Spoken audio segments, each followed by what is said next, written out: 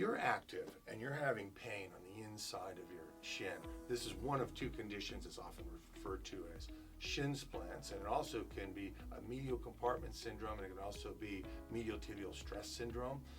We want to assess you. Most of the time, this is from people that are training hard, and usually that roll in, so they're on improper footwear, they're training on uneven surfaces. There can be bone density and hormonal issues that are a part of this as well. But what happens is if the foot, every time it steps down, it rolls in like that under load, it's bowing this tibia that way. It starts to stress the bone out. So we assess you for that first and make sure that that's not the case. So we might start with an x-ray to rule out a stress fracture, stress reaction. Just to be on the safe side, we might have to do an MRI too.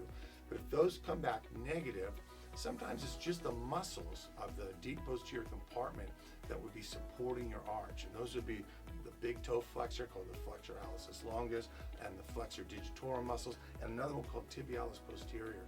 If they're not strong enough, they'll let the foot roll down. And they often are not strong enough because they become fibrotic from overuse.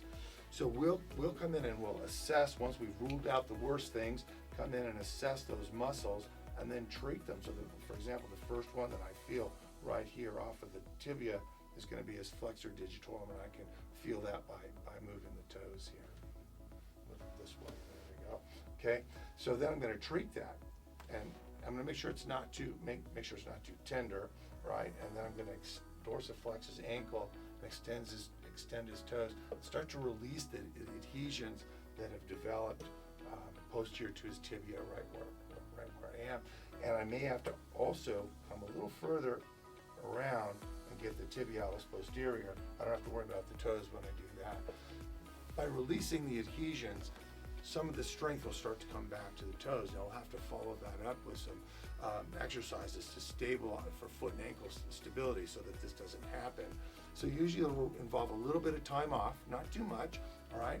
And then some rehab exercises to stabilize the ankle after we've done the active release technique treatments. I hope that's helpful. If you're having any kind of pain on the medial side of your ankle and you're athletic, come in and see us at Ultimate Sports.